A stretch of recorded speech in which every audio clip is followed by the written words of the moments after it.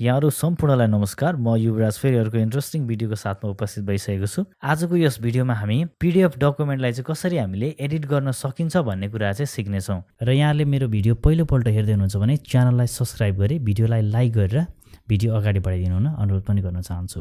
So let's start. मसँग चाहिँ अहिले डेस्कटपमा यो जुन सेवाकालीन तालिम भन्ने एउटा पीडीएफ डकुमेन्ट छ। अब यो डकुमेन्ट चाहिँ नेपालीबाट टाइप भएको डकुमेन्ट हो, नेपाली डकुमेन्ट भनौँ। र त्यस पछाडि यसमा भएको केही टेक्स्टहरू चाहिँ मैले एडिट गर्नुपर्ने छ। मैले अनलाइनबाट पनि सर्च गरेँ योभन्दा बेटर अप्सन पाउँछु कि भनेर, तर अनलाइनमा मैले 8-10वटा वेबसाइटबाट ट्राई गर्दाखेरि पनि मैले भने जस्तो रिजल्ट चाहिँ पाउन सकिनँ। र यो फाइललाई मैले अनलाइनबाट कन्भर्ट गर्दाखेरि चाहिँ यो किसिमको रिजल्ट देखिएको छ। यहाँले स्क्रिनमा देख्न सक्नुहुन्छ। यो हाम्रो डकुमेन्ट चाहिँ बिग्रिएको छ, हामीले यसलाई चाहिँ राम्रोसँग पढ्न सक्दैनौँ। त्यसैले यो अनलाइन टुलहरूबाट चाहिँ त्यति राम्रोसँग काम नगर्ने रहेछ भन्ने कुरा चाहिँ पत्ता लगाएँ मैले। अब यसलाई एनालाइज गर्दाखेरि चाहिँ हाम्रो डकुमेन्ट इङ्ग्लिसमा छ भने चाहिँ सजिलैसँग अनलाइन टुलले काम गर्ने रहेछ, र हाम्रो टेक्स्ट चाहिँ नेपाली वा अन्य ल्याङ्ग्वेजमा छ भने चाहिँ यो अनलाइन टुलले त्यति राम्रो काम नगर्ने रहेछ। अब यसको सल्युसन के त? हामीले कसरी हाम्रो पीडीएफ डकुमेन्टलाई चाहिँ सजिलैसँग एउटा एडिटेबल फर्ममा कन्भर्ट गर्न सकिन्छ, अथवा हामीले डाइरेक्ट हाम्रो पीडीएफ डकुमेन्टलाई चाहिँ एडिट गर्न सकिन्छ। अब यसको सल्युसन रहेको छ वन्डरसेयर पीडीएफ एलिमेन्ट। यहाँले स्क्रिनमा देख्न सक्नुहुन्छ। यो वन्डरसेयर पीडीएफ एलिमेन्ट भन्ने सफ्टवेयर चाहिँ एकदमै यो पीडीएफ डकुमेन्टको लागि चाहिँ पर्फेक्ट रहेको छ। यहाँले पनि पीडीएफ डकुमेन्ट सम्बन्धी कामहरू गर्नुहुन्छ भने चाहिँ यो सफ्टवेयर एकदमै राम्रो रहेको छ। व्यक्तिगत रूपमा भन्नुपर्दा पनि मैले लामो समयदेखि यो सफ्टवेयर प्रयोग गरिरहेको हुँदाखेरि चाहिँ यो सफ्टवेयरमा भएका विभिन्न टुलहरूले चाहिँ तपाईँको पीडीएफ डकुमेन्ट सम्बन्धी टास्कहरूलाई चाहिँ एकदमै इजियर बनाइदिन्छ।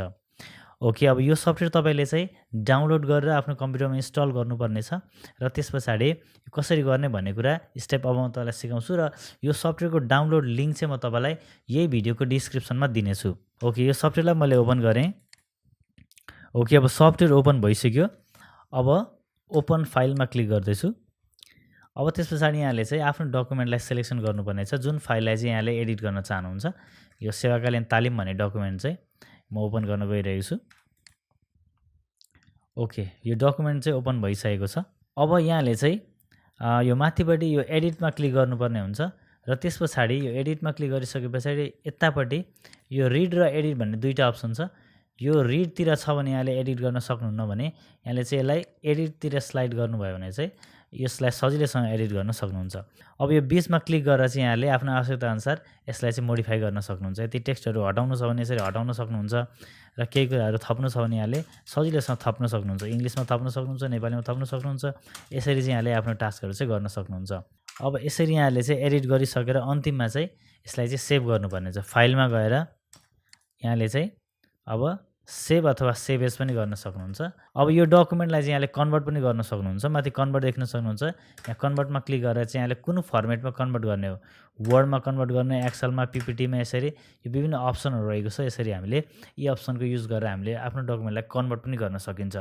ओके, यसरी चाहिँ हामीले पीडीएफ डकुमेन्टलाई चाहिँ सजिलैसँग एडिट गर्न सकिन्छ। हस् त, यहाँलाई भिडियो कस्तो लाग्यो? यहाँहरूको सल्लाह सुझाव कमेन्ट गर्नुहोला, र फेरि अर्को भिडियोमा भेट्ने बाचाका साथ आजलाई भने म बिदा चाहन्छु। हस् त, नमस्कार, ह्यापी ब्राउजिङ।